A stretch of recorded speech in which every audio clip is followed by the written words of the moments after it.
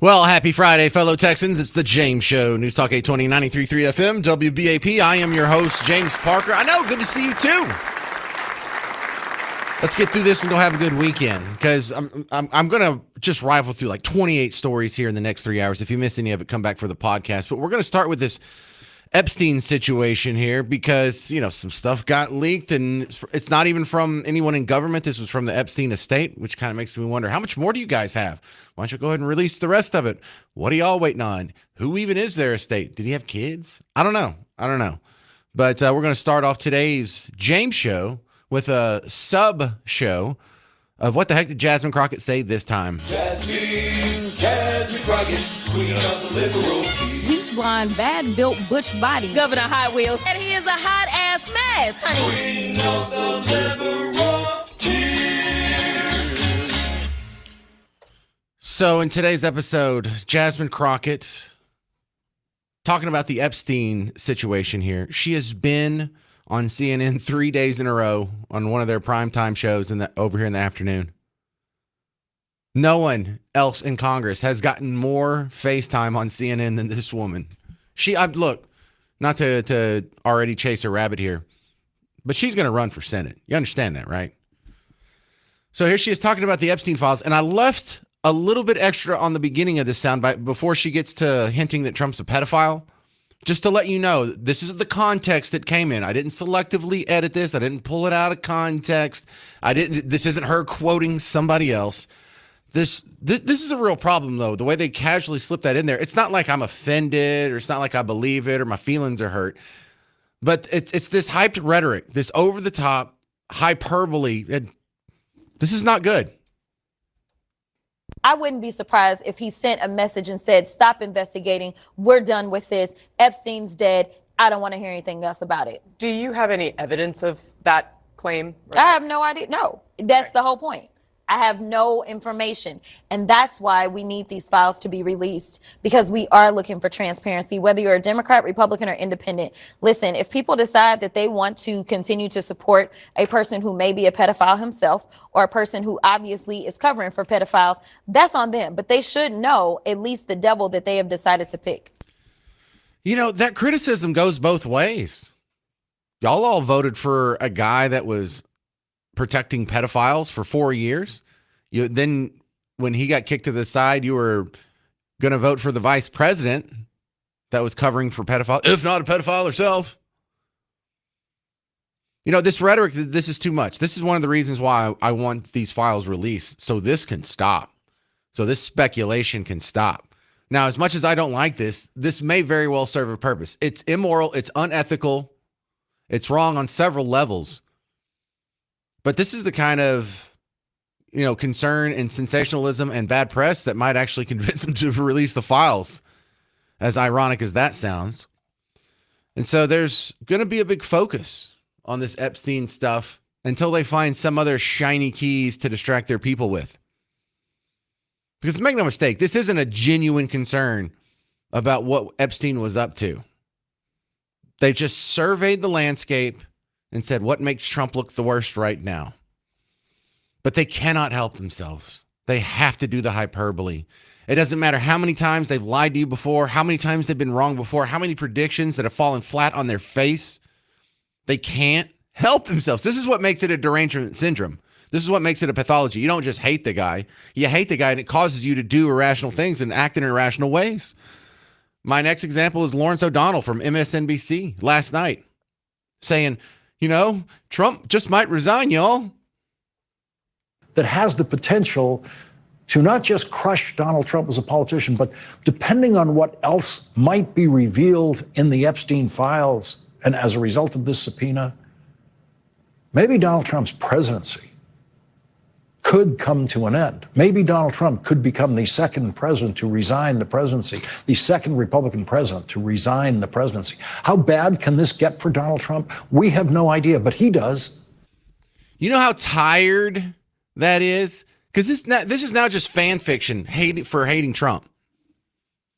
That's Lawrence O'Donnell this week in 2025. We're going to go through the Audiotron 3000. We're going to take a little trip through history here, where After the first 18 months of Donald Trump's first term. So we're talking about, this is from like January 2017 to, what would that be, like July of 2018. Gravian, it's a news clipping service.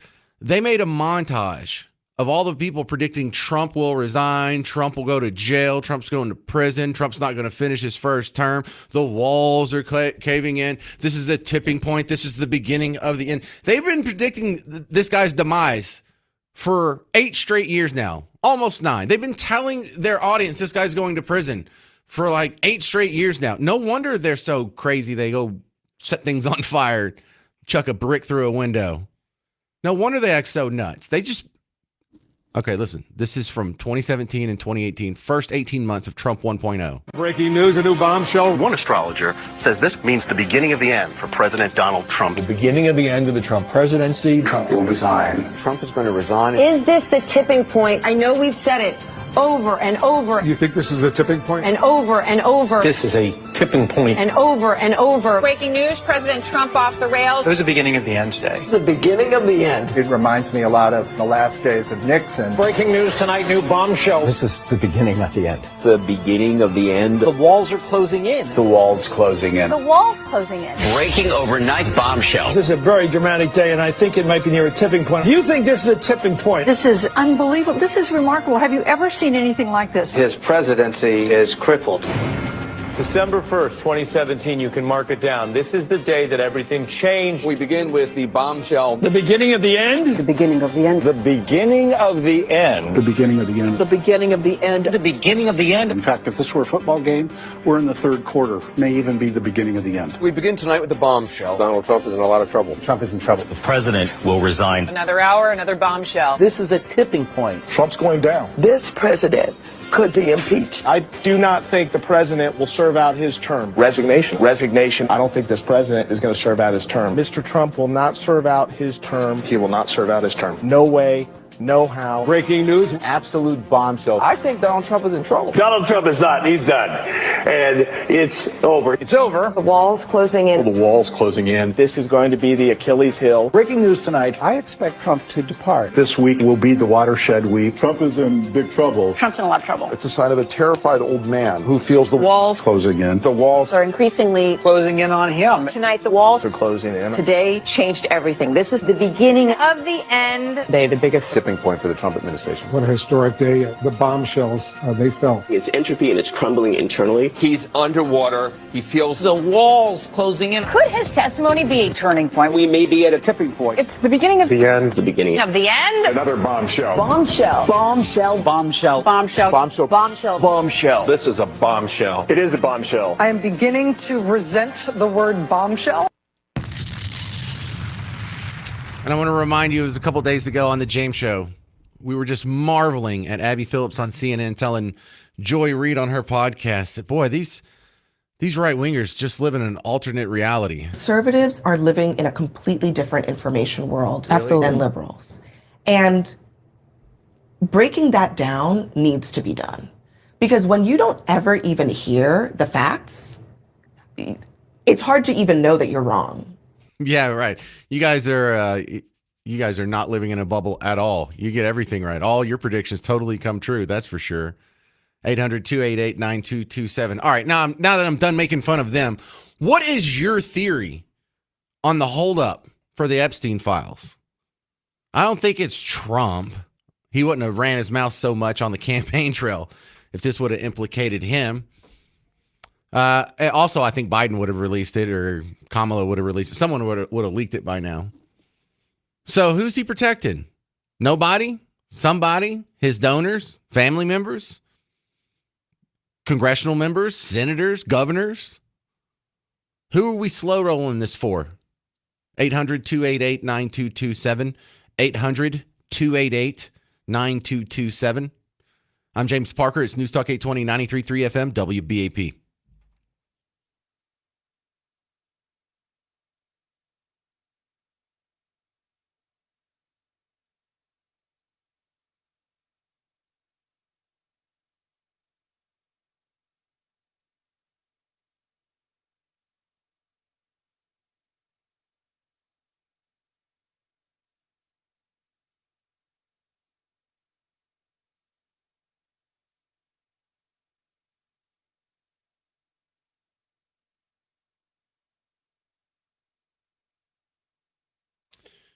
Hey, sports fans, James Parker here for the Prize Picks app. Football's about to kick off again. Now, I know it's high school tonight, but they don't have high school on the Prize Picks app. They have pretty much everything else, though.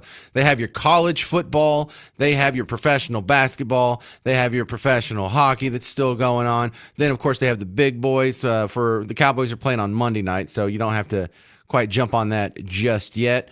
They're doing tennis. They're doing... What is this one? Oh, yeah, these are the little symbols for the esports. Call of Duty, Val, R6, whatever that is. Go check it out on the Prize Picks app. Whatever sport you're already enjoying, you can add a little bit more spice to it. With Prize Picks, America's #1 daily fantasy sports app, you make a lineup of 2 to 6 players. You look at a stat, you pick more or less on it. It's that easy. You can turn a little bit of money into a lot of money, 2,000 times your money with the Prize Picks app. If you're new to the app, I can give you a little bonus action there. Download Prize Picks, use promo code WBAP, and you'll get $50 in lineups with your first $5 lineup. So download Prize Picks, use promo code WBAP, get $50 in lineups with your first $5 lineup. Oh, beach volleyball. Prize Picks, it's good to be right.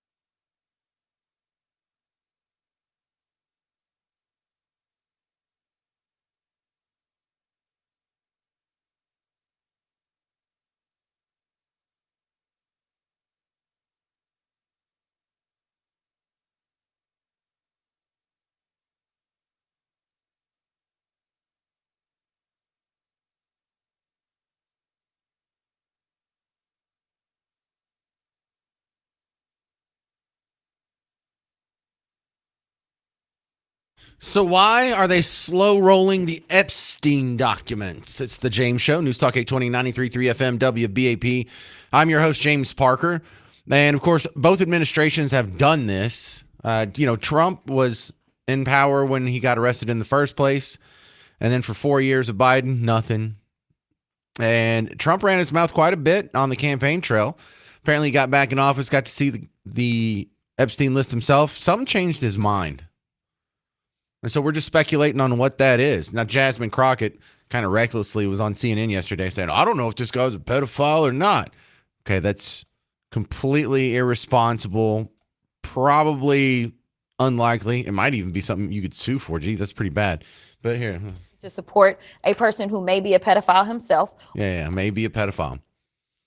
Look, that language, as hyperbolic and irresponsible as it is, that's the kind of bad press that might actually get this thing released. But who's being protected right now? Why is this being slow rolled? We know it's not a hoax. He'll say it's a hoax. It's not a hoax. There really were girls trafficked. Hell, one of them wrote a book about it. Ghislaine Maxwell's in prison right now for trafficking girls. To whom? Nobody? Just one dude? So my theory is it's someone else who's in a position of power who he kind of needs right now.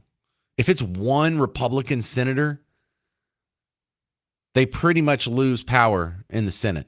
They don't get anything else done. Could it be some congressmen? I don't know. Could it be some governors? Maybe. I'm leaning toward a senator, some other people in office, or it could be donors. I don't think it's Elon. I don't think it's Trump. They wouldn't have run the mouth the way they did the last calendar year. So I really don't have the good answers for you. I'm usually pretty good at that on the James Show, but I'm asking you today. Sean, Royce City, why do you think they're slow rolling the Epstein files on WBAP? Hey, I'd like to go back to when that guy, the CEO, was caught on camera with his HR personnel or whatever. Remember the fallout that happened then? Oh, you're talking about the dude at the Coldplay concert. I'm sorry, it took me a second. Right. I'm a little slow. Go ahead. Sorry, yeah. All right, remember the fallout that happened then? I mean, that company lost stock, and he quit and all this other kind of stuff. I think it's CEOs and the like. Oh, like if it's like someone on the board of directors of NVIDIA. Yep. Yep. Okay. Stuff like that. Yeah. And if something like that happens, can you imagine the economic fallout that would happen? Yeah, it's a great guess. It's someone like that. Yeah, agreed, Sean. Yeah. Totally. You said it better than I did. Cool. Thanks, man. All right. Thanks. Should have added that in there. Thank you, Sean and Royce City. This is Mike in Westlake. You're on WBAP. Hey, how are you? Hey, Mike. Good. My opinion is that it's a lot of people, and it's people from both sides of the aisle. Yep. And Epstein was no fool. I mean, he was a pretty smart operator. I don't respect him, but he was not stupid. He got enough people from both sides embroiled in it and tangled up in it that nobody wants to talk because they've got allies that are going to go down with it. They've got enemies that would go down with it, but it's a stalemate. I think he trapped them by just having people from both sides of the aisle. He had super wealthy people from Hollywood. He had people from New York. He had international people. I mean, the guy basically tangled everybody up in the web, and nobody wants to see the whole web exposed. Too many people would go down, and some of these people can make other people disappear. All right. So I agree with the mutually assured destruction aspect of that. Now, I hear a lot of people take that to the next level and say he's got all of these powerful people in a headlock. You know, he can extort them, or I guess blackmail them would be more accurate. He can blackmail them with, the information he has about their untoward activities with minor children sexually. But is he at the behest of someone else? Like a Nick Fuentes or someone would say he's a tool of the Mossad. Some people would say he's a tool of the CIA. Some people say there's some bigger like Illuminati, Rothschild, something else going on behind it. So it kind of feels conspiratorial to go past that. But until we get the files, who knows? I agree. I think it's like holding a hand grenade.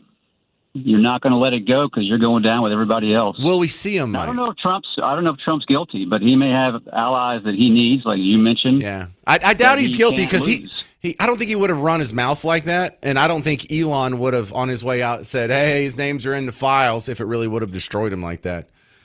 Steve and Garland, you're on WBAP.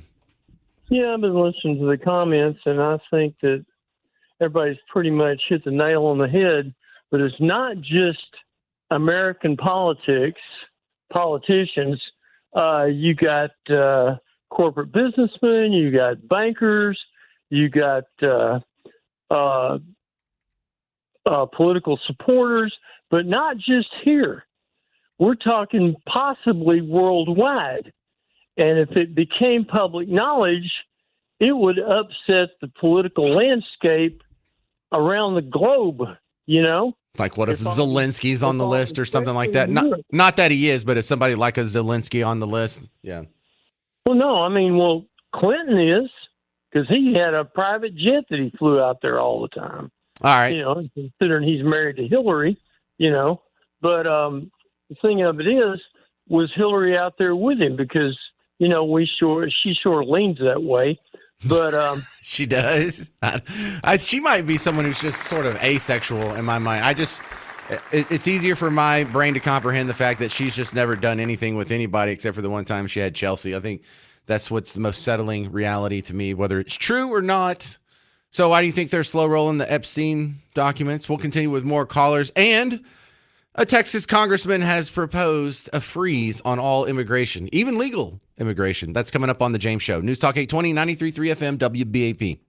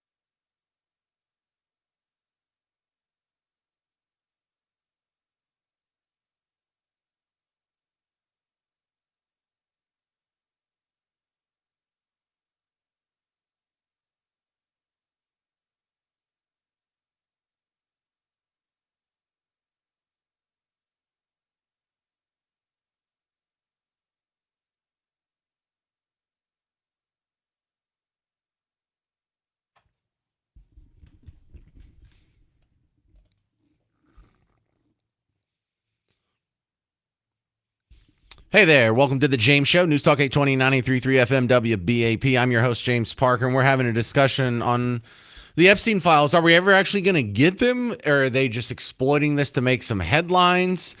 We do have the vote that happened on yesterday, and it was all 214 Democrats and 4 Republicans had to break to force the procedures to get the files released. The 4 Republicans, Lauren Boebert, Marjorie Taylor Greene, Nancy Mace, and Thomas Massie.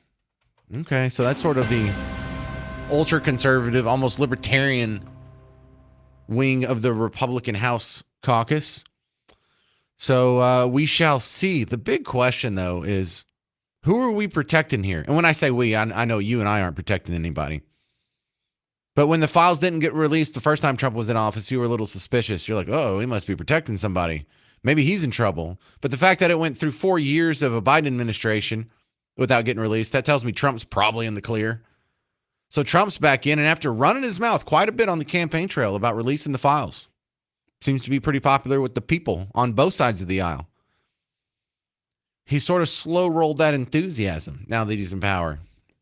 Why?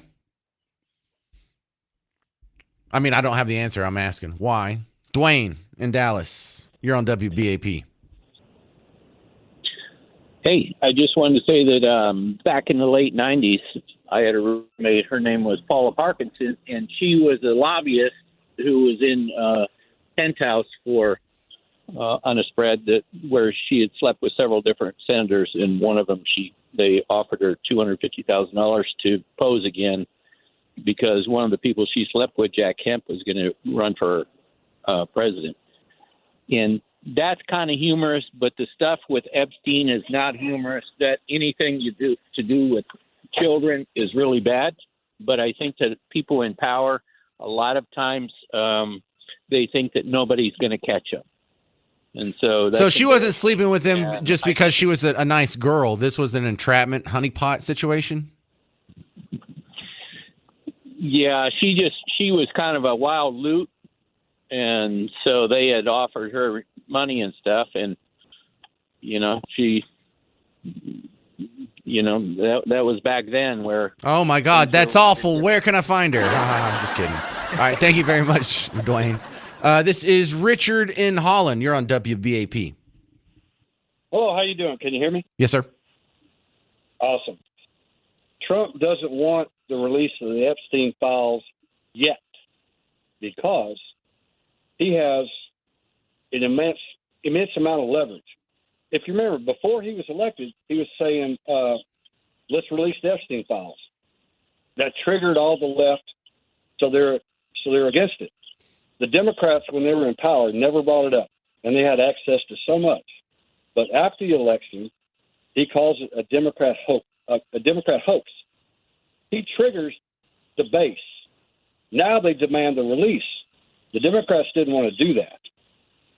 But after the woke are taking over New York City, where is that lady got elected mayor? The woke are in control of the Democrat Party. Suddenly, a lot of these Democrats support the release because they won't get reelected if the woke base doesn't support them, because all the big money is drying up. They're depending on independent donors. Then, when this bill came up just recently, just enough Democrats voted it down so the Epstein release, it wouldn't happen. Trump uses Epstein as leverage. Who knows how many domestic and international powerful people could be implicated? The royal family. How many CEOs and Democrat leaders in the past 5-6 years have retired or chosen not to run, or left the head of their company? What's the name of the guy who runs Google? Boy, he flipped fast, even on the environmental stuff. Look, Epstein is dead. Maxwell is talking. The ones who don't cooperate with Trump, they're either going to cooperate or they're going to the SHTF going to hit the fan. Yeah, we get where you're going with that. Yeah, I don't know if he's using it for leverage, though. I mean, would we have just had a 45-day shutdown if he could strong arm these people into doing whatever he wanted with this extortion or blackmail, technically? Kent in Dallas, you're on WBAP. What do you think about the Epstein? Yes, sir. A little bit different take on it. Local, Dallas, back in the 80s, there was a pyramid scheme put out in the D magazine that listed people that were involved and corrupt in it, that bankers, banks, bank was shut down, different things happened, but the prime players in the pyramid scheme were portrayed as different people. The guy that did the interview in the end said he would give money to it, but now you have a bank that was shut down. The president of that bank is now running another one. So the media is what influences everybody. They basically ended up getting a guy that should never have a job is now the president of another bank that was involved in the pyramid scheme, and it was in the 80s. It's popular.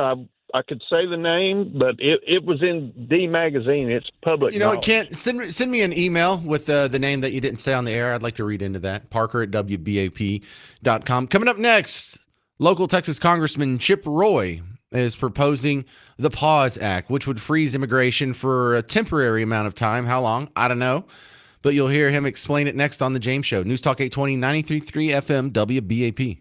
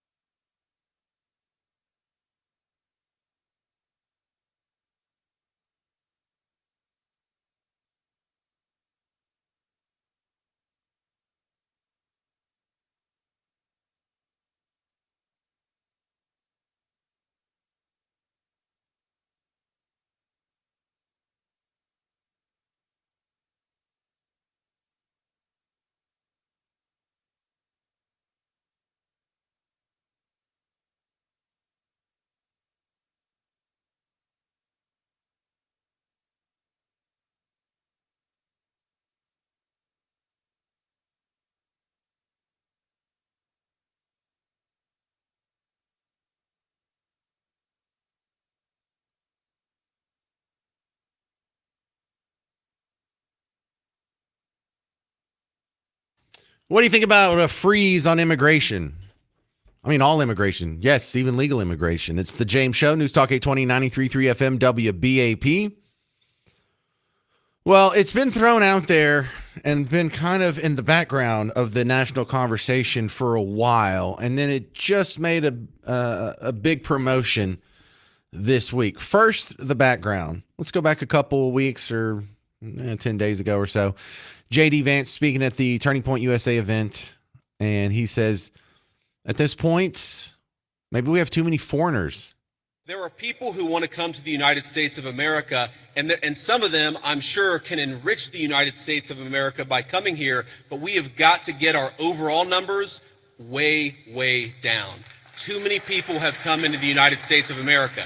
I am married to the daughter of immigrants who came to the United States in the 1980s. I do believe that some immigrants, many immigrants do in fact enrich the United States of America, but here's the problem. We don't even know how many illegal aliens we have. We don't even know. The best guess is probably 25, 30 million people. I've heard estimates as high as 50 million. When something like that happens, you've got to allow your own society to cohere a little bit, to build a sense of common identity, for all the newcomers to assimilate, the ones who are going to stay, to assimilate into American culture. Until you do that, you've got to be careful about any additional immigration, in my view. Now, I know you don't think that sounds like hate. That doesn't sound like Nazis, bigots. There's nothing scary about that. When you look at the numbers, we are literally at the highest number of foreign-born people in the United States in our history. In fact, we just crossed the threshold that was set back in 1890 when we had the big waves of Ellis Island and Irish and Italian, and everyone was coming here, and it was a whole thing. And then we put a pause on in like 1920-ish, somewhere around there. And then it got to a low of about 7-point-something% in 1970, and it's climbed back up and is now set an all-time high.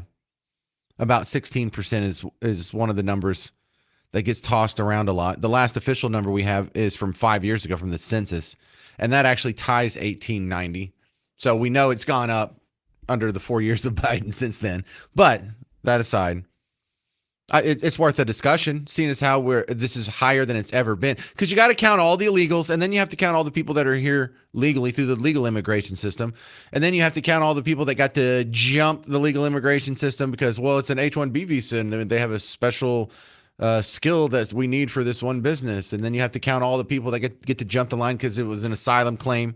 35,000 people from Haiti showing up in a Ohio town. Those are asylum claims.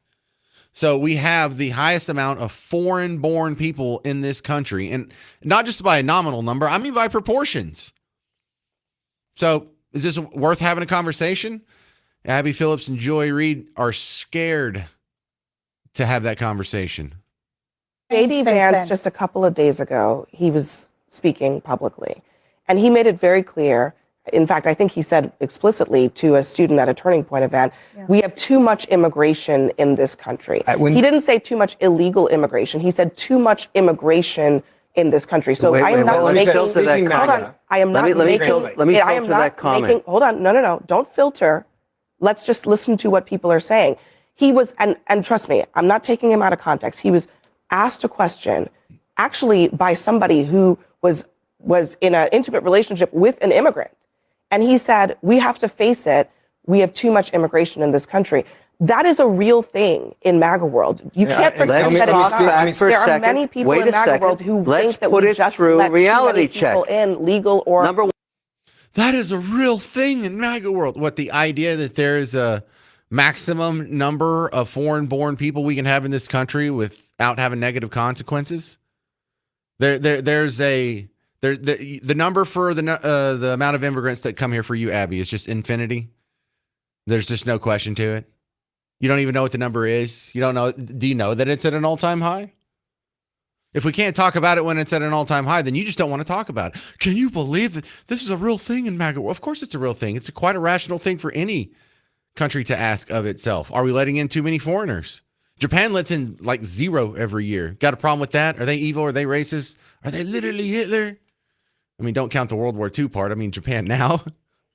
So Chip Roy, congressman from Texas, has offered up the Pause Act, which is an immigration freeze. Here he is explaining it on The Benny Show. But I'm going to introduce a bill as a framework to say, why don't we just freeze immigration entirely until we sort this crap out, until we figure out who's here, why they're here, how many Chinese communists, how many people who are Islamists who want to remake America, how many people that are living on the public dole, that are living on welfare, that are going into the emergency room to get care, that are in our education system getting taxpayer-funded education because the Supreme Court declared it so.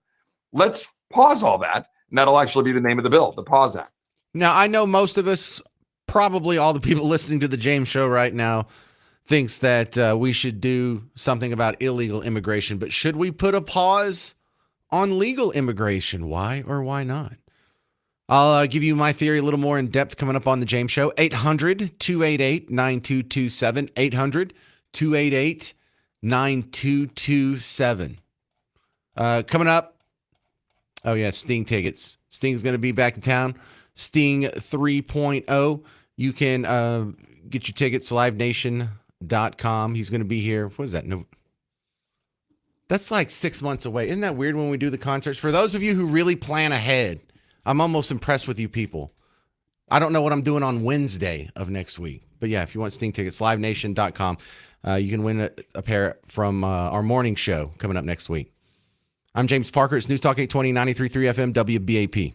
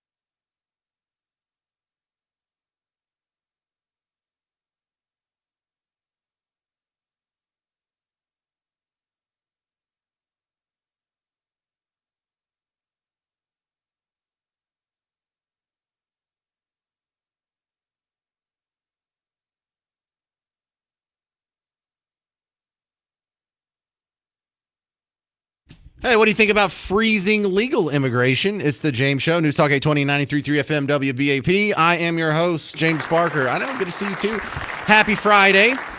Now, it's been in discussion, and we haven't really talked about the idea of illegal immigration freeze on the James Show just yet, but now that someone's put pen to paper and submitted a proposal here, I'm talking about Texas Congressman Chip Roy.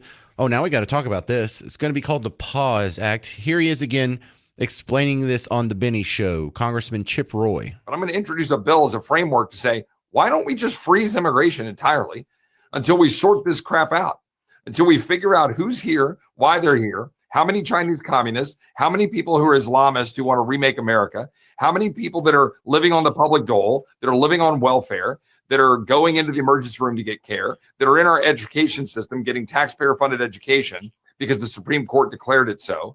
Let's pause all that, and that'll actually be the name of the bill, the Pause Act.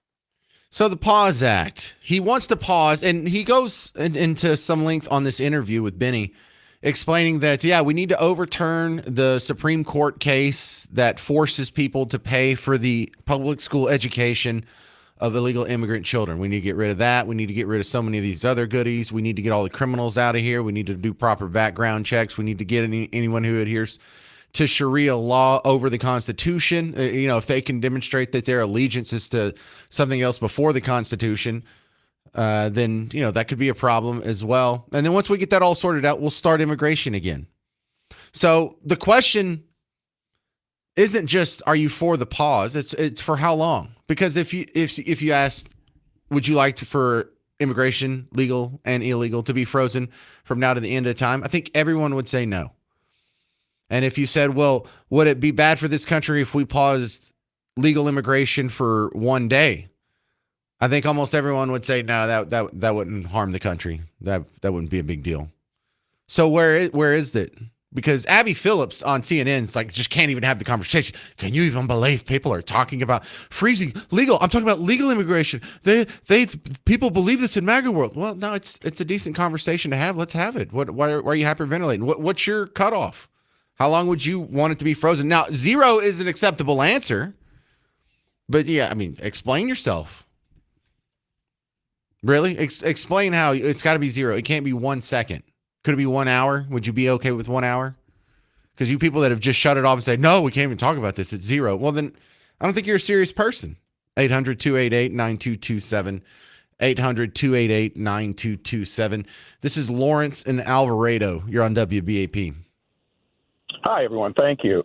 The issue of illegal immigration, that's just modern day slavery. So let's forget about that. The legal immigration, that included Elon Musk, that included Alexander Graham Bell, Tesla. We need to keep the country open to the best and the brightest from around the world. So the issue is quality and quantity, right? We have too many people coming in who do not qualify. This isn't 1888. This isn't the Lazarus poem on the Statue of Liberty. We don't need strong backs for shovels to make railroads and build buildings. We need strong minds and the best and the brightest from around the world. So 0 is unacceptable. Maybe it's only 1%, the 1% of the best and brightest from around the world to come to the United States and help make us better. But the illegal mass immigration, visa lotteries for different countries because some bureaucrat wants so many people to come from Somalia or other countries, that's all got to go. We've got to open the door, keep it open for the best and the brightest around the world to come here. Yeah, I kind of like that too because, we're not going to get rid of Elon Musk. But are we going to keep the next Elon Musk from coming here if we do this? That's a legit concern. Correct. So I've always liked the idea of just doing what you described at all times. Like that's what our immigration system should be for. Are you an absolute genius, like off the charts genius? All right, well then you can come here. And there was the jokey part about when all the deportation started at the beginning of the year. Remember the pictures of like really pretty mugshots were being passed around saying, do you really want to deport this? And then we used to joke that, if you're a 9, you're fine, haha. If you're a 10, you're in, haha. So we don't need to deport the most beautiful, but jokes aside, we kind of should approach immigration like that. Not as shallow as beautiful women, but are you really exceptional? Would we not give Luka Doncic or the next Luka Doncic a visa to come here and play basketball? So I don't think it should be zero, but this whole idea where we're letting in 1 million people a year, these are not all the biggest, best, and brightest geniuses. So maybe for pedestrian legal immigration, we could pause that and then just keep the super geniuses in. And I don't mean the H-1B visas. What's the visa for the geniuses? Isn't that a Q visa? Or I feel like we've talked about that on the show a few times. Yeah. All right. I like that. Good addition, Lawrence. Thank you, sir. This is Jeff and Keller. You're on WBAP. Yes, I think a year with a clause in there that we do have the option of selecting certain people. I don't know what to base it on. Yeah, well, we should already be doing being a little more selective in a lot of people's minds. But a year sounds totally reasonable. Doesn't sound too hateful. I mean, if you want to come here that bad, I mean, you'll wait a year. Well, but the people who are in line from certain countries have to wait like 13 years to come in. But that's Jeff and Keller, a year. Does that sound so crazy? I mean, Abby Phillips on CNN is like, can you believe people are actually talking about this? Yes, it's okay to talk about things. It's okay. And in fact, it's okay to hear ideas you don't agree with. I didn't agree with Jeff and Keller there, but I didn't freak out and it didn't hurt me and it was worth having the discussion. We can just go back and forth there. You don't have to say like, oh, this is intolerable to even talk about. Coming up next on the James Show, the sheriff in Hood County is getting a whole lot of attention on social media. It finally spilled over to the TV because he arrested a man for simply posting a meme. We're going to talk more about it with Sarah Fields, Dominic Alexander's favorite investigative journalist, next on the James Show. News Talk 820, 93.3 FM, WBAP.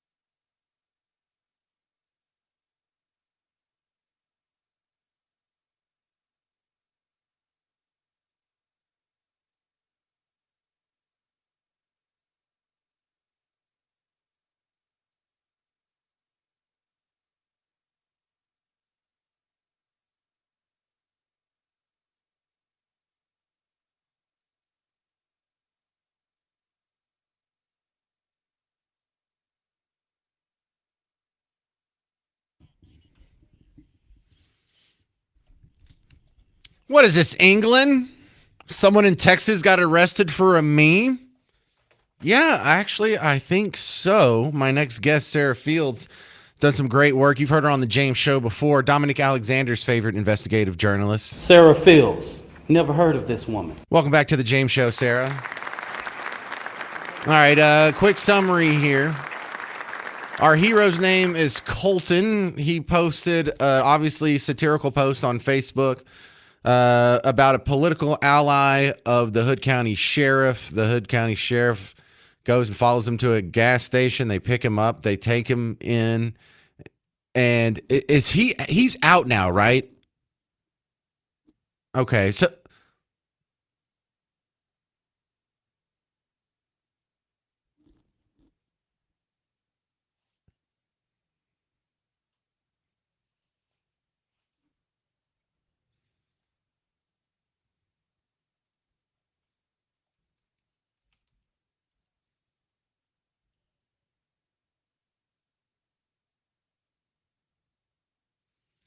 okay, so let's talk about what happened to him since the arrest here. He got some weird sort of muzzle gag orders put on him.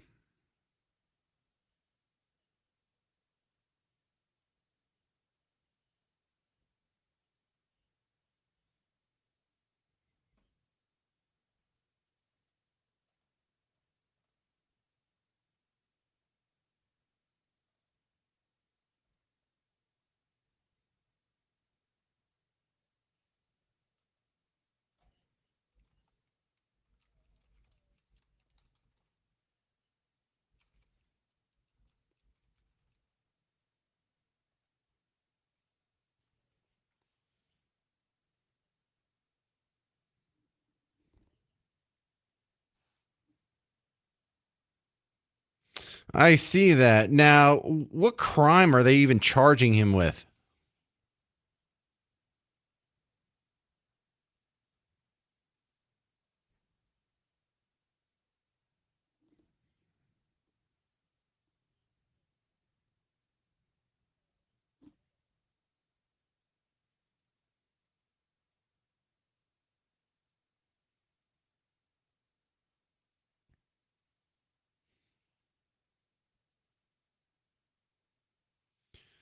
So this is obviously politically motivated here. Is there any recourse that Colton has to fight back against this cop, or does he have to just take whatever the courts give him?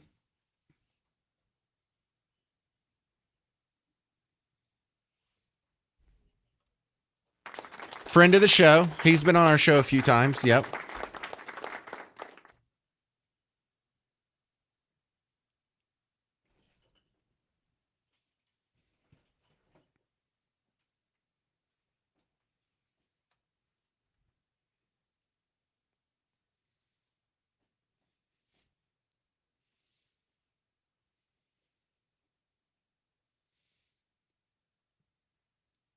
What do we know about this sheriff? Is he normally a good guy that's just doing something out of character, or is he a known problem?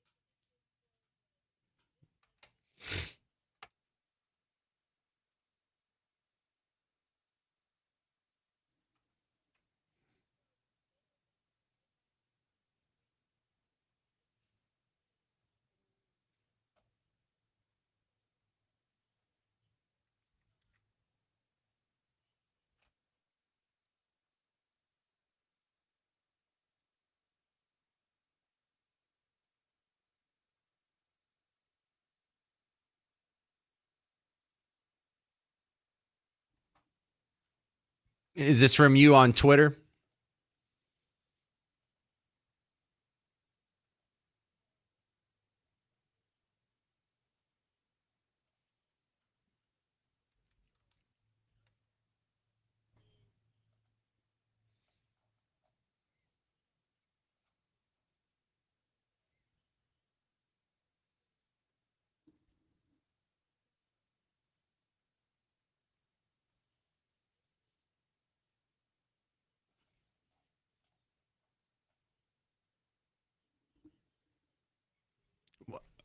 What's his problem with the VFW? Why would he go after those guys?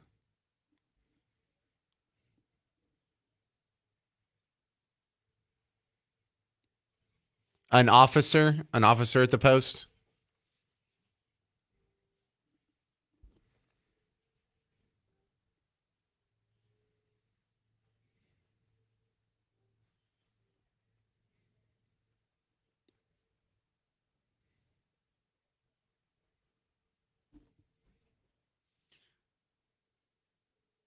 Sarah Field, tell me more about Colton Crottinger, the guy that got arrested. You say he's an activist. What is his bit?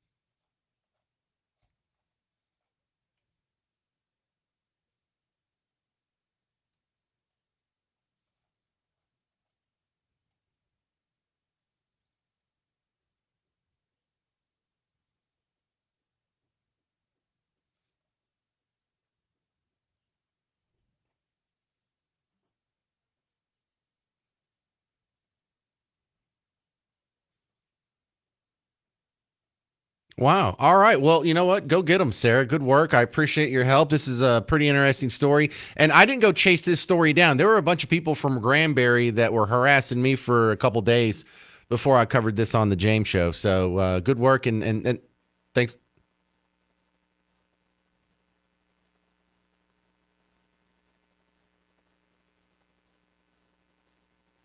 That's not very useful. All right. Well, this is Sarah Fields. Never heard of this one. Go away, Dominic. All right, Sarah Fields, thank you for being on the show again. I appreciate your help. Coming up next, Garrett's World. A peep into the Ned Flanders type fella on the other side of the glass. That's next on the James Show. News Talk 820, 93.3 FM, WBAP.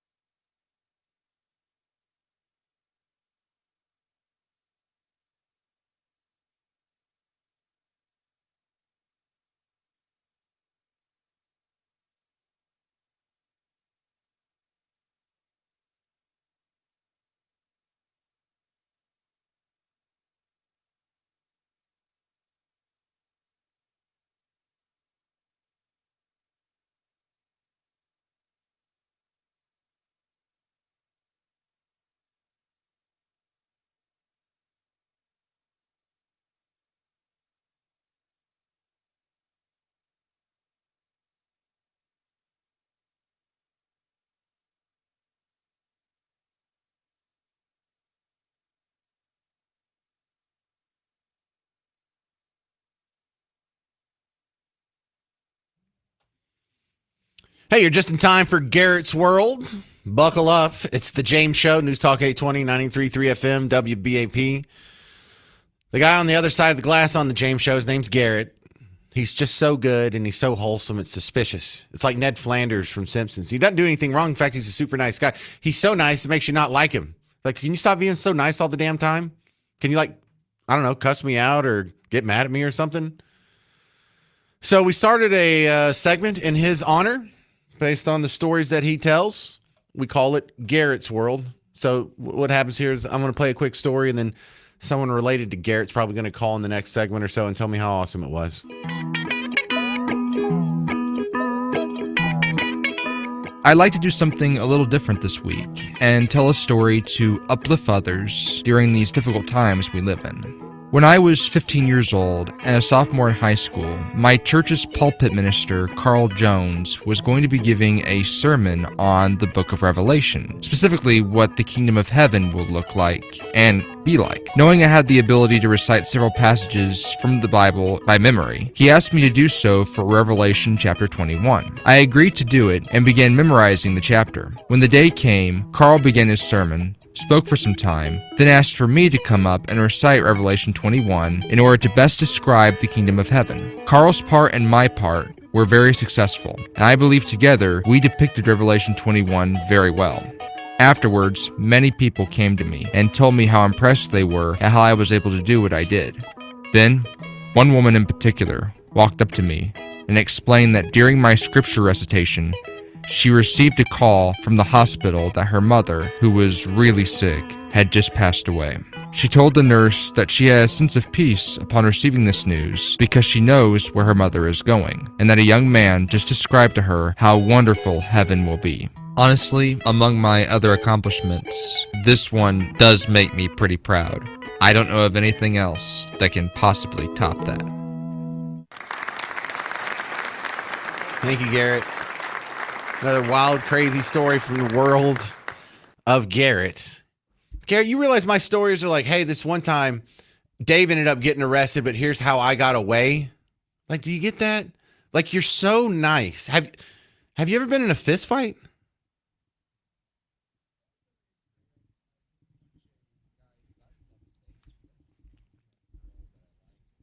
No, that's good. That's good.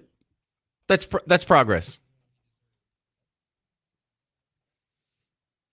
See, the thing that it amuses me so much about Garrett is we tell Garrett, hey, you got one segment, tell a wild story, tell like the wildest story you can possibly tell. You've got a small window here to grab people's attention, and you can wow them with something amazing that's happened through the entirety of your experience on this planet. And this is what he comes up with. This is like the episode of Cheers, where Frasier gets offended that the Rebecca isn't interested in him romantically because he's too much of a good guy. And girls don't like good guys. And so Frasier was trying to prove Rebecca wrong. That, you know what? He's not such a good boy after all. Frasier, I did not mean Do you think I can't be dangerous? Is that it? You all think I'm just an old slipper? Well, am I a good boy? Would a good boy do this? I am running with scissors.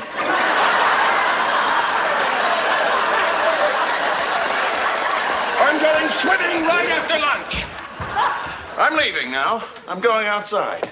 I'm going to pet strange dogs, no matter where they've been. Look out, world. Fraser Crane's going to raise some hell. All right, so that concludes today's episode of Garrett's World. Any comments? 800-288-9227.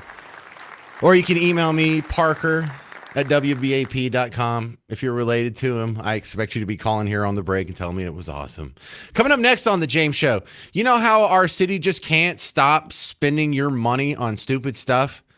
How important do you think is the McKinney trolley going to be to the successful implementation of the World Cup games here next year?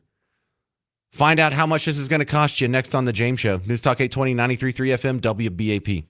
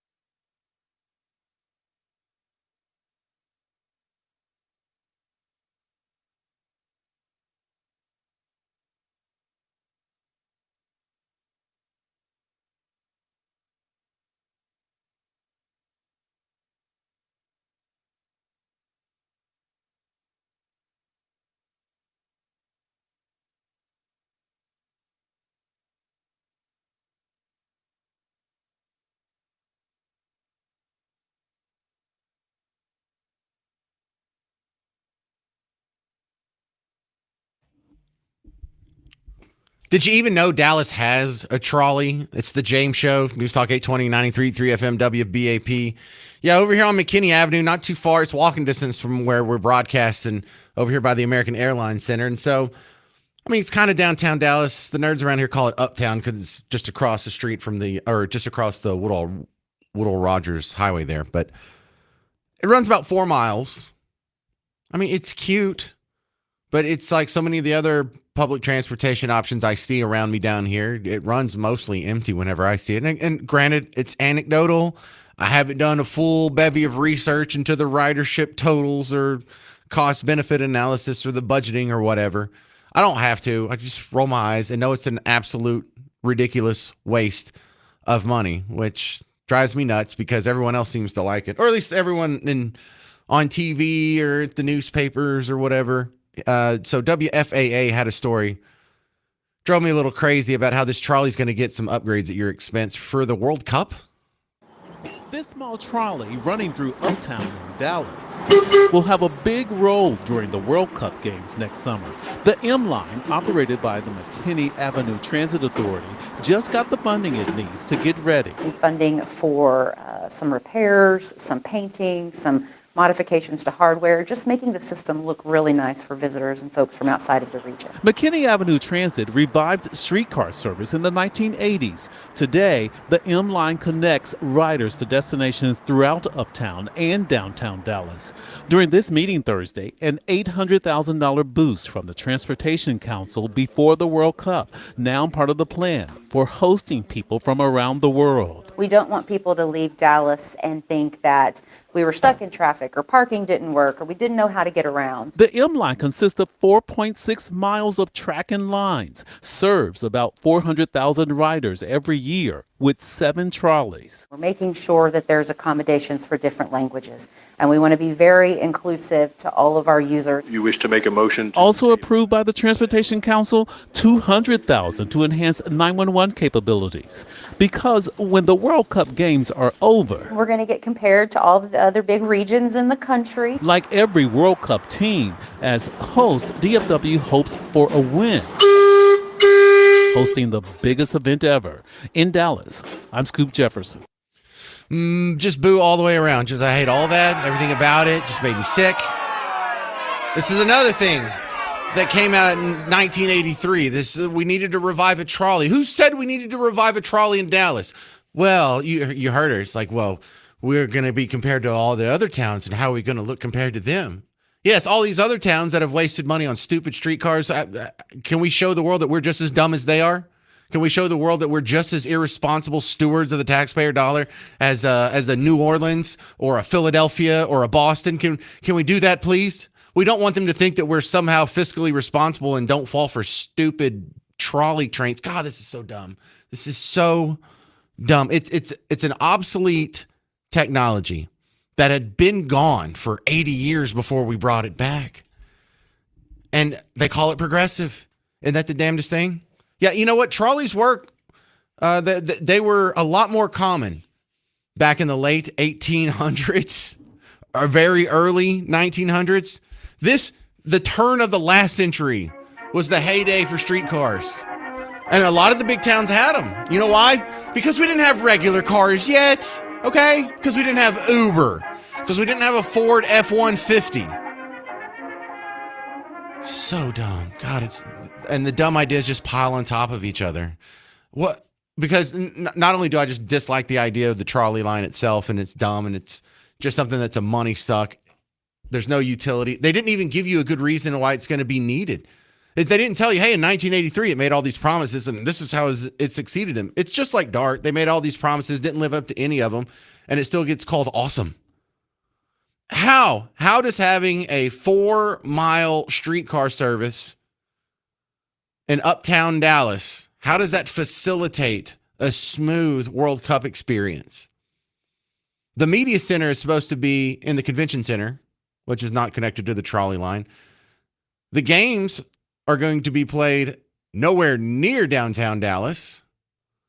So what are we doing here?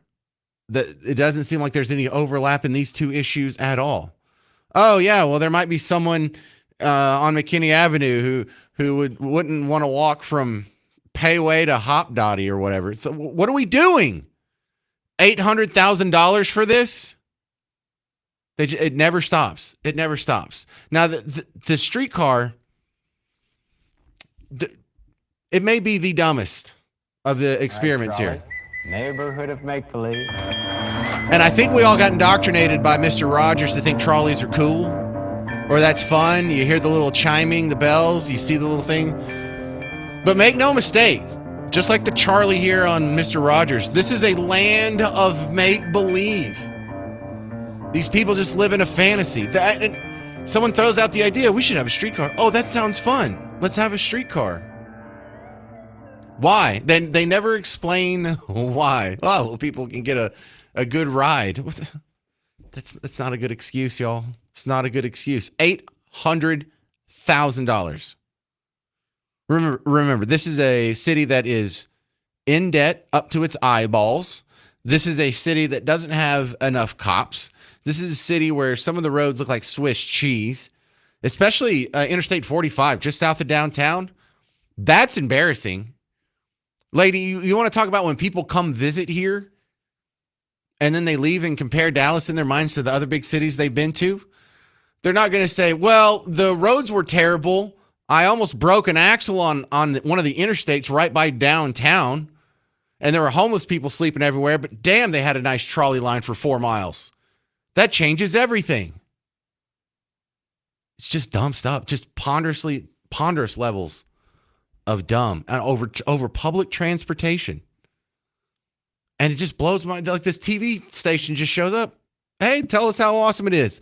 Let's go talk to everyone who's going to tell you it's awesome. Let's not talk to one person who could actually talk some sense. Let's not talk to the one kid who's saying the emperor's not wearing any clothes. They're just stuck on it. They're like, yeah, trolley. That sounds good to me. Everyone agrees, right? No. Stop it. Just like they were saying we need to do the study to see how much money it would cost to renovate City Hall, or how much money it would generate in economic activity if we knocked this whole thing down and built something else, some new development, some economic stimulus project.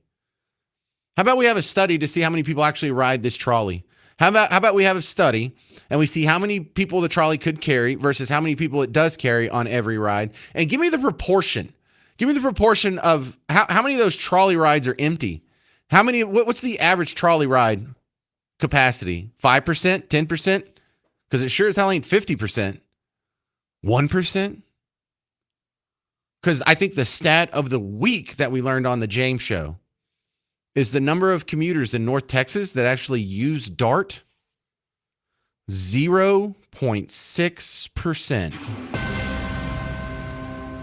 This is after the billions of dollars we spend every year on public transportation. This is after all the politicians on Team Blue, all the media figures on Team Blue, all the columnists and journalists, air quotes, on Team Blue, telling you how awesome it is, making commercials about it, putting up billboards, putting up radio ads, putting up public service announcements. You got the ads on the back of the bus stop benches. You got the ads on the bus themselves. You got celebrities that are pitching for it. Nothing but good stories. And what do you have to show for it? 0.6% of commuters. Before DART was founded in 1983, the number of commuters in North Texas that use public transit was 3.4. DART has driven it into the dirt. 800-288-9227. Does anybody like the trolley system? Does one person? John Kemp, you're on WBAP. Hey, buddy, you're killing me. It's great. I love this stuff. It's awesome. I think Dallas just wants to put the facade on that this is Xanadu, and that it's the greatest place on the planet and everything else for whatever, a week or two, or they were going to do these soccer games. And they don't care about the $800,000 or whatever it's going to cost for then after everybody leaves, it'll go back to what it was.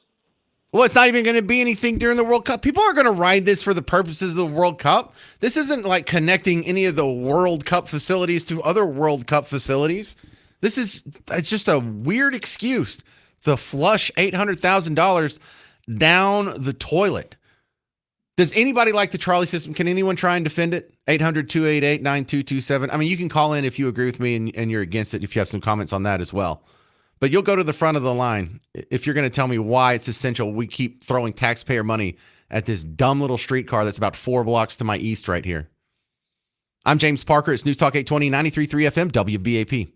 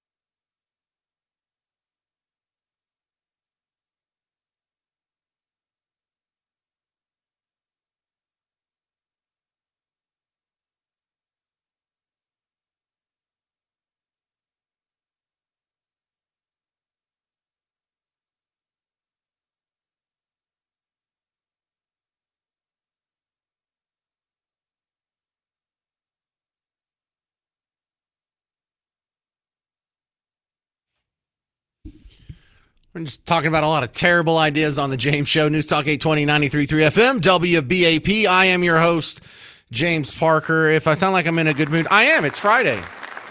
I enjoy torching terrible ideas. And I know if you've been listening to the James Show for a while, you've heard me gripe about DART, and you've heard me gripe about the trains, you've heard me gripe about the buses, you've heard me gripe about the bike paths.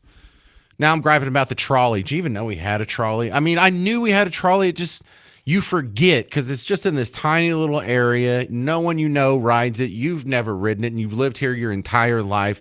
It's completely worthless. It's another failed experience. It's just a vanity project. And the only excuse given on the TV report for it is, well, it would help. We've got to keep up with other towns. No, that's not it at all. It's getting $800,000 in taxpayer money to have some improvements for the World Cup. Excuse me, the World Cup. This doesn't go anywhere the World Cup visitors are going to use. The World Cup Media Center is going to be downtown. They're not playing the games anywhere near the trolley line. And the trolley line is just in this little uptown. If you're in uptown, it doesn't leave uptown. It stops at Woodall Rogers. It goes kind of up into where the Katy Trail ends over by, what is that, City Place? That big rose-colored brick building. So it's a complete waste of money. It boggles my mind that it gets positive news coverage from anyone at any time ever. And the excuses for it are just so shallow and dumb. Why do we still have these things? Why is it so hard? I'm ready for Dallas to get out of DART. Steve in Carrollton, you're on WBAP. What's up, man? Haven't talked to you in a while. Oh, Steve in Carrollton. I didn't know it was that Steve. Hey, Steve. Hey, well, I was doing my own research on the trolley deal, and what I've come up with is nothing. It's kind of tough. There's not that I can find in the last 20 minutes at least. There's nothing out there. However, I did find the revenue that they're expected to bring back, the tax receipts from the tournament. FIFA is known for bringing a bunch of folks in, so theoretically, while it sounds like a tax killer, it may end up being a net zero as far as cost goes, because all the receipts that we're going to bring in, or all the taxes we're going to bring in, and receipts and everything else during the same time frame. I don't know if that means, or if that's necessarily a justification for it, but if it needed to be done and they couldn't find any way to do it, and you're going to be all of a sudden flush with cash, why not? Well, because if we didn't have the trolley, then we would have $800,000 that we didn't have to waste on this trolley upgrade. The amount of money that we're going to bring in isn't dependent on whether or not Go ahead. Your show, go for it. I was going to say, we would have $800,000 that we otherwise wouldn't have. We don't need to upgrade it. The amount of money we're going to get from the taxes collected from the FIFA visitors, it isn't dependent on whether or not the trolley gets these upgrades anyway. It's all just money flushed down the toilet. Well, it is, but if it wasn't this toilet, it'd be another toilet. They would take it and spend it on the. That's a terrible excuse. To build a new city hall. But I agree, but you got to live in the reality that the city of Dallas is corrupt to the core. There's nothing you're going to do about the city of Dallas being corrupt. You could at least get a shiny train instead of letting them use that money to tell you that they need a new city hall during that study. No, I'd rather not get the train. I'd rather DART be folded. I'd rather the taxpayers not have to have that money taken from them and spent on something that they're not going to use. That's proven to be a complete embarrassing failure anyway. And I'm not ready to give up. I'm not ready to just say, well, it's corrupt, so I guess we're going to let them flush our money down the toilet. It doesn't have to be this bad. I know it's never going to be perfect. It's a human endeavor, but we don't just have to sit here and take it. You don't just have to grab your ankles and be like, well, if it's not this one, it'd be something else. That's terrible. It is. Stand on your principles, Steve. In principle, you agree with me. You're just a happy-go-lucky. I don't know. Do you want to be an agreeable guy? Because I'd rather have my taxpayer money than just go along to get along. No. In principle, you're right. I agree with you. I just that's why I left the city of Dallas, because there's nothing you're going to do in the city of Dallas that's going to make a difference. They're ridiculous. That I don't want to call them any worse name than that, but I've got a few. But they are. That's who they are. I know, but all right, you're going to expect them to do. That's unfortunately no time soon. You know, they're definitely going to pull out every stop they can pull out. Well, that's it. To look good on the world stage, which is ridiculous in itself. You know, but that's what they're going to do. Well, I don't like your attitude on this one, but I'm a big fan of your work, and it's good to hear from you, Stephen Carrollton. Find him on Twitter, Big Bad Black Conservative, right? Yes, sir. Thank you much. All right, thank you very much, Stephen Carrollton. Hey, so the penny is going away. If the penny is going away, I think that is all the evidence we need to say that the Federal Reserve should go away. The Federal Reserve was put in place to what? To preserve the spending power of the dollar, to make sure you had a stable currency, to make sure you didn't have a currency that was just going to get inflated to worthlessness. And now it's been inflated to worthlessness. Isn't this the most damning indictment of the Federal Reserve you could possibly have? 800-288-9227, 800-288-9227. I'll explain a little bit more coming up on the James Show. News Talk 820, 93.3 FM, WBAP.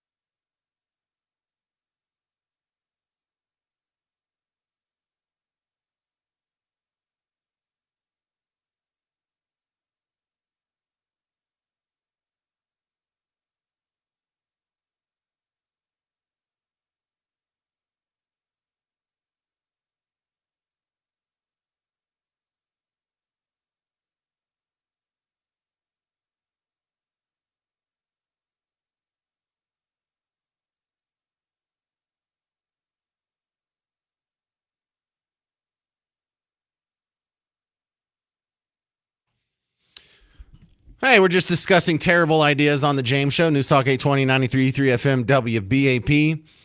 We're talking about the terrible idea of spending more money or even having a trolley on McKinney Avenue here in Uptown. Absolute waste of money, another embarrassing failure. It's par for the course for public transportation. But in this one, they're spending $800,000 in taxpayer money to spruce it up for the World Cup. Sorry, the World Cup's not going to be in Uptown. None of these people are going to be in Uptown.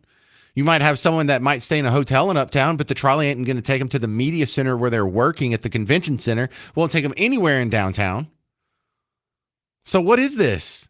And why does this terrible idea get such good press? The other terrible idea, we got to go back about 100 or so years for that one. And that was the terrible idea of the Federal Reserve. Federal Reserve Bank was supposed to be this progress that we're going to get off the old gold standard with its shortcomings and its problems. And the gold standard isn't perfect, but it's better than a fiat money system. And we know this because other empires have tried this throughout history.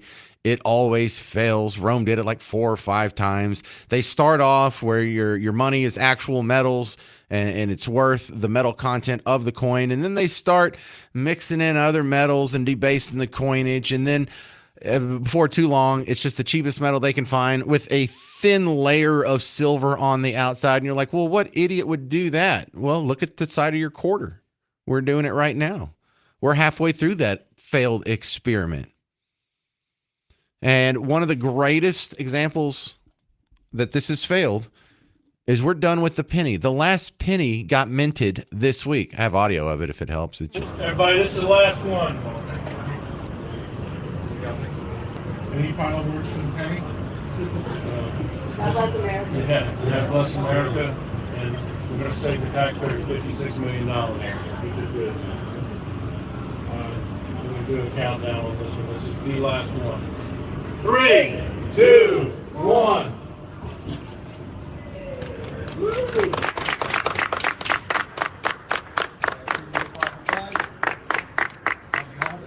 Yay! We've damaged our currency so much these coins are worthless. You know the old saying, not worth the paper it's printed on? This is not worth the zinc it is stamped from. We have the cheapest metals possible that we're making pennies out of. It's still 3 cents to make one of them. It's 1/3 the value of the trash metal that we're making. These are tokens now. These aren't even real. This isn't even real money. Now remember, the Federal Reserve, its job is supposed to what? Maintain the spending power of the currency, maintain a stable currency. And what have they done? Has it been stable since they got passed during the 19-teens? What was it, 1913 or something? No, we've had like what, 97% inflation, 98% almost inflation. The sooner we end this, the better. You know how I always gripe about debts and deficits? They wouldn't be able to print money if we didn't have a fiat currency. They wouldn't be able to print money if we were on the gold standard. This would end. They wouldn't be, because look, in Austin, God bless them, they have to figure it out every 2 years when they make a budget. They can't run a deficit. Why? They don't have a money printer. DC would have to live by those rules too. We would all be better for it. How would you like to not have inflation anymore? I know you're just used to, well, prices always go up. No, they don't. No, for the first 120 or so years of this country, we didn't have a problem with inflation. In fact, the price of gold was almost static. I mean, there was fluctuations from day to day and it would go up and down, but it went from like $26 an ounce when the Federal Reserve started to what is it now, $4,000 or something? No, there was nothing like that. That's for sure. So terrible ideas abound, terrible ideas persist. And both of these, whether it's the trolley or the penny, are based on poor economic understanding. This is James in Rockwall. You're on WBAP. Hey, yeah, I just wanted to comment about the trolley and the DART situation. I mean, it's basically just socialized government transportation. They're taking our money to subsidize something else and redistribute our wealth into a program that's ultimately failed. I mean, when they announced DART, they said it was going to be a net zero cost. It'd pay for itself in like 10 years. And now they're $2 billion in debt. So we know that governments can't run anything except they run everything into the ground. Well, I always like to take that wisdom that you just said, because everything you said is correct, and apply that to future things that they're going to try and do.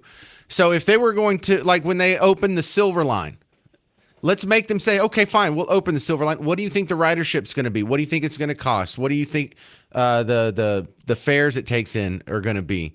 And if you're wrong on that, then we shut the program down. Like when Obamacare passed, and they were saying if you like your doctor, you can keep it. If you like your healthcare plan, you can keep it. Your premiums for the average family of four are going to go down by $2,300 a year. They should have put an amendment in the bill saying, well, if X amount of people lose their doctor, then this plan automatically repeals itself. If it doesn't live up to its promises, then we repeal it. And of course, they're never going to do that. They just make the promises. They don't care if it lives up to it, because once it's in place, it's almost impossible to remove, especially when you get glowing coverage from the media around here. I know. The other day I asked an AI, has Obamacare lowered premiums since it was signed into law? And the first word in big bolded letters was no. Insurance premiums have only risen substantially since Obamacare has been signed into law. So yeah, nothing, any type of social program, any idea that they think this is going to be the fixer of our problem, if we shove a bunch of your money at it, it'll fix it. It never fixes it. It just makes it worse for everybody else. Totally agree. Now, this is more political than a lot of people realize, because there is a political advocacy group that is trying to save DART. They're running a public information and an activist campaign to get people to write letters to the city councils and get other people activated. And they're thinking about setting up protests. And it comes from the Action Network. It comes from the group that did the Pink Hat March. You remember when the ladies all did the vagina hats?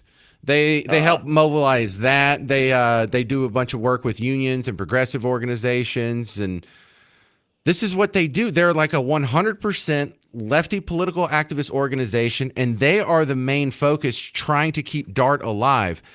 And my God, how can a train be this political? Well, number one, they don't ever admit it. They don't ever admit these are woke trains. These are lefty trains. These are socialism trains. They just talk about it in the glowing report on TV. Hey, how this is great. Isn't it nice? We got to have this because other cities are going to have this, and we got to look cool to our other city friends. No, these are all terrible ideas. Thank you very much, James and Rockwell. You bring up good points. Appreciate it, sir. Coming up next on The James Show, we are playing Name That Artist. Name That Artist. Kind of difficult on The James Show, but it's worth it because you can get 2 tickets to Train, Drops to Jupiter, 25 Years in the Atmosphere Tour, to Dos Equis Pavilion on August 15th. Special guest Bare Naked Lady and Matt Nathanson. Get tickets and information at livenation.com. But if you want to try and win a pair from me, call in right now. 800-288-9227. 800-288-9227. Do we have time to play the montage now? Garrett? All right, we'll go to break. We'll play the montage when we get back. I'm James Parker. It's News Talk 820, 93.3 FM, WBAP.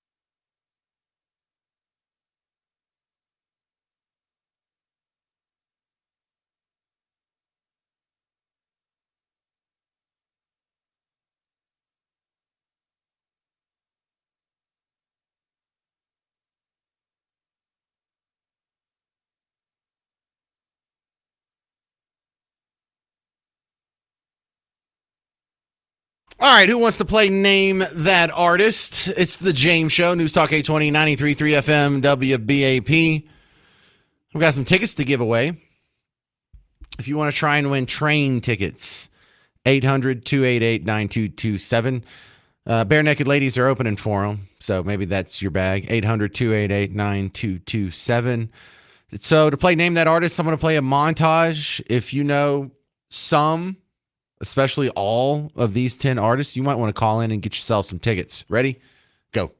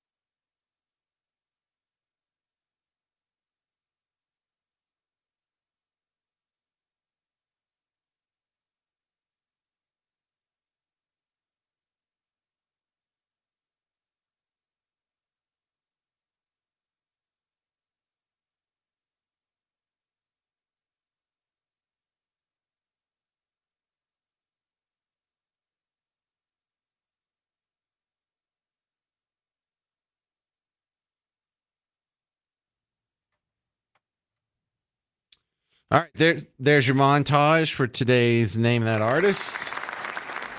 Today we're playing for 2 tickets to see Train bringing their Drops of Jupiter 25 Years in the Atmosphere Tour to Dos Equis Pavilion August 15th. Special guests Bare Naked Ladies and Matt Nathanson. Tickets and information, livenation.com.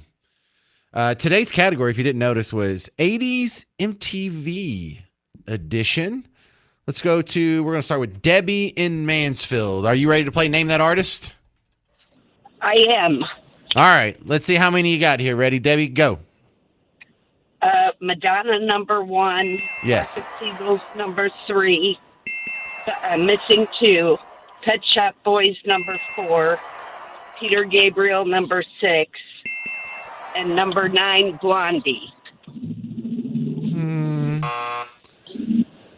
No. So how many was that? Was that 5 or 6? That was.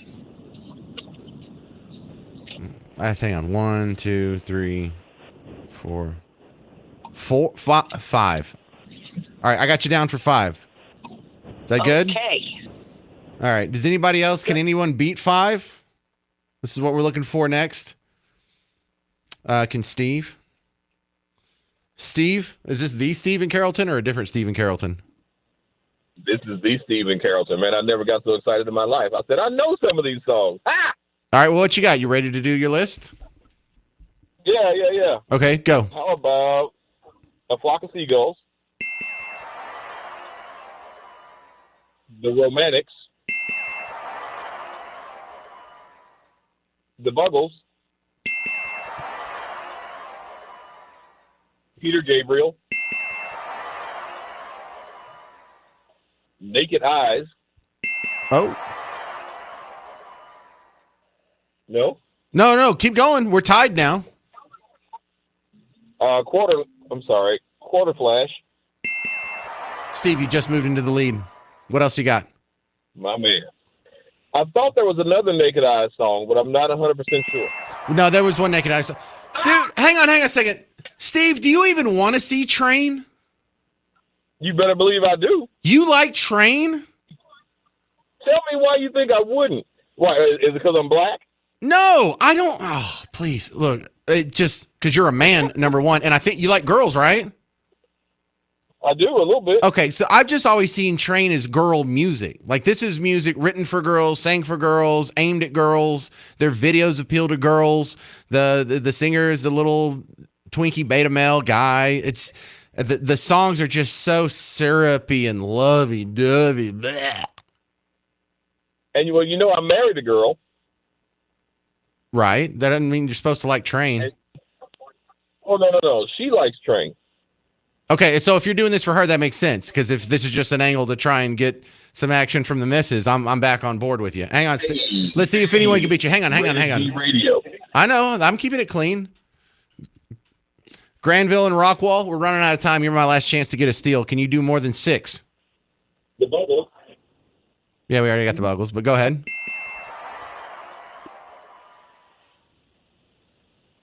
All right, screw it. It's taking too long. Stephen Carrollton, you're going to be my winner, bud. There you go. My man. Debbie and Mansfield, I'm sorry Steve beat you by 1. He beat you by, what was that? Quarter Flash was the one that you got that she didn't get? Yeah. Oh, I'm so sorry, Debbie. I got to give it to Steve now. All right. Thank you very much, Steve. You have just won 2 tickets for Train, bringing their Drops of Jupiter 25 Years in the Atmosphere tour to Dos Equis Pavilion, August 15th. Special guest, Bare Naked Ladies. I would leave after the Bare Naked Ladies if I were you. But for the rest of us, get tickets and information at livenation.com. I have a history with Train. And it's not that they're a bad band. It's just it's not music aimed at me. And I have to hear it everywhere. It was in so many commercials and on so many radio stations. And it would be playing in the store when you're shopping. And it would be playing on the previews when you're at the movies. And it would be playing on the speaker when you're at the dentist. I got so damn sick of it. I was like, I hope I never hear Train again. And then I went to like some festival. And it was my work-related biggest client invited me. And it was to see Train. And I had to go. And Miss Parker just laughed her ass off. She just thought that was so funny. Hi, Miss Parker. She's like, you can't leave. You got to stay. You can't. It's not like you can just walk out and wait till Train plays and then come back in. So yeah, that's today's episode of Name That Artist. Coming up next, we're going to do some comedians from the viral video reel to close out a Friday edition of The James Show. News Talk 820, 93.3 FM, WBAP.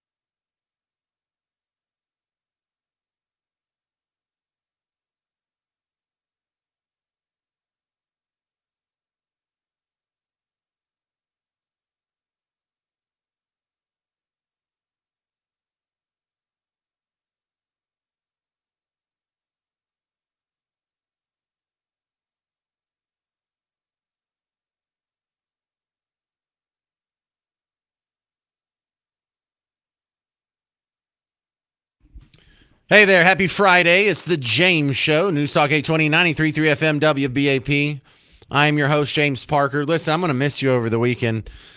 But if you need some more James Show action, I need more of you too. Go check out the podcast. Now, I swear if you already listen to podcasts, and when I say that, there's other apps. I don't want to give them some shine here because I want you to go to the WBAP app, WBAP.com or something to that effect. But if you are, I see what you listen to. I get the back end statistics. Some of you are on Spotify or that other silly app that rhymes with pie chart or my fart or whatever.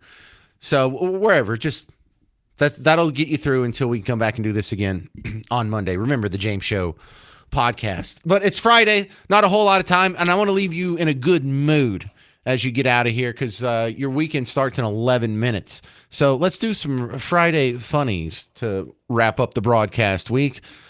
Here is the great comedian Derek Stroop.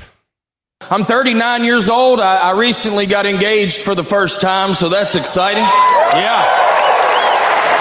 You know, I mean, I'm 39. I've been on the run for a while. You got to eventually turn yourself in, you know? I mean, we're from the South. If you don't get married in your 20s, they start making up rumors about you. They're like, no, Derek's always been a candle guy. It's not a big deal. Hey, I like candles. Next one comes from Heather McDonald. Now, she is not a comedian. She works at the Manhattan Institute. You can find her work at cityjournal.com. But she does a lot of really good work in looking in statistics behind so much of our political voting patterns. She found some interesting info about female voters. On average, and again, I'm not talking about anybody's daughter or granddaughter, but on average, the data shows just uncontroversially that not only do males place a much greater premium on free speech, academic freedom, search for truth, females are the ones that are pushing for the speech codes, for the protections. Males are more rational, they're more interested in public affairs, they care more about cost benefit, risk analysis than females. And so an appeal based on an absolute ignorance of market economics doesn't surprise me that it resonates better with females. And I think they are going to have increasing clout in our political climate as time goes forward. Makes you rethink suffrage just a little bit. Absolutely. Right? I'm not just rethinking it. I have rethought His it. whole transition team so far is women. Oh, no. Repealing suffrage. I didn't say it. Heather McDonald said it. I didn't say it. Those voting patterns are wild, though. Here's another comedian. His name's Corey B. Doing a little crowd work, hitting a topic that's sensitive in the Parker household because Miss Parker herself is a ginger. Hi, Miss Parker. We have a kid that's a ginger. We have a lot of people in our family who are gingered, so we always get a nice laugh at these. Are you a natural redhead? No? Why would you do that to yourself then? No redhead wakes up, they're like, great. No. What made you wake up and you're like, you know what, I want a hard time. Why would you do that? Took your soul and threw it away. What's your original hair color? I was born a redhead. You were born, so I just asked you that and you said no. The red went away? You're transgendered? Transgendered. Oh my goodness. All right. Round of applause for that one. And then one more. This is not from a comedian. This is just from a lady who decided to turn on her phone and drop just a big boulder of wisdom. Because a lot of us are past this point here. You know, I'm in my late 40s. I'm never going to be hot again. Are you? At this point in my life, I'm just not willing to make the sacrifices I would need to make to be hot again. Like, I really want to be healthy, but I've made peace with the fact that the next time I'm going to be smoking hot is probably when I'm being cremated. Well, that's if you go to heaven. See, because hell's kind of going to be hot too.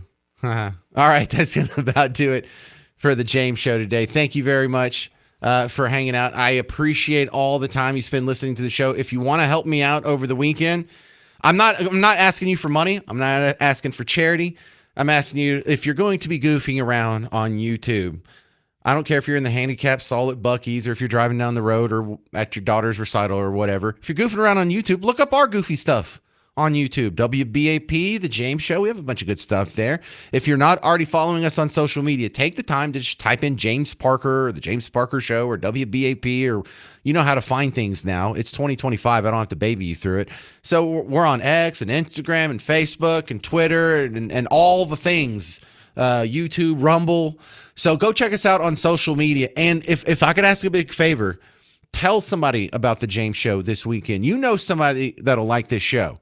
You know someone that if they heard this show, they'd be like, oh, this is great. Don't just tell them. Tell the people that would be horrified by this show.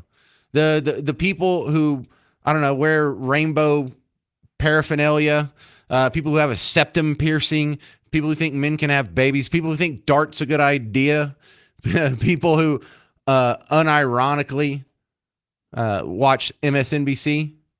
Tell them about the James Show. Let me horrify them for a little bit. All right, stick around. Mark Levin's coming up next. This has been the James Show on News Talk 820, 93.3 FM, WBAP.